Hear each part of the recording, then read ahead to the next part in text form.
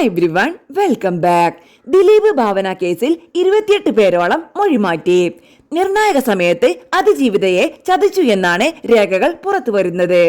കൂടെയുണ്ടായിരുന്ന ബാമ, ബിന്ദു പണിക്കർ, മോളെ പോലെ കണ്ടിരുന്ന സിദ്ദിഖ്, ഇടവേള ബാബു വരെ അവസാന നിമിഷം പാലം വലിച്ചുകൊണ്ട് ദിലീപിനൊപ്പം കൂടുമാറി. അതായത് ഫിലിം ഇൻഡസ്ട്രി ഭൂരിഭാഗം പേരും കൂറുമാറി മറുകണ്ണം ചാടി എന്നർത്ഥം. ഇവിടെ കേസിൽ എത്രത്തോളം നിർണായകമായി എന്നൊന്നും അറിയില്ലെങ്കിലും പറഞ്ഞ മൊഴിയിൽ ഇരയ്ക്കു വേണ്ടി ഉറച്ചു നിന്നതിൽ കുഞ്ചാക്ക ബോബനെ സമ്മതിക്കണം.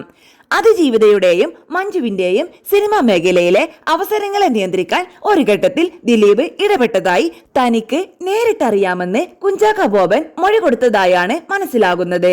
അതിജീവിതയും മുൻ ഭാര്യയുമായി ദിലീപിനെ വൈരാഗ്യം ഉണ്ടായിരുന്നതുമായുള്ള വാദത്തിന് ബലം പകരും എന്നതുകൊണ്ട് തന്നെ അത് കോടതിയിൽ എത്തുന്നത് തടയാൻ പരമാവധി ശ്രമങ്ങൾ നടന്നിരുന്നു. പക്ഷേ ഇങ്ങേരെ കുലുങ്ങിയില്ല. ഇതേ മൊഴി കോടതിയിലും ആവർത്തിച്ചു. മറ്റുള്ളവർ കൂട്ടത്തോടെ ഒഴിവാക്കിയതിനെ ആശ്വാസം ചെയ്തു. ഇതിന്റെ പേരിൽ ഒന്നും വ്യക്തബന്ധങ്ങൾ വലുതായി അകന്നു പോയില്ല.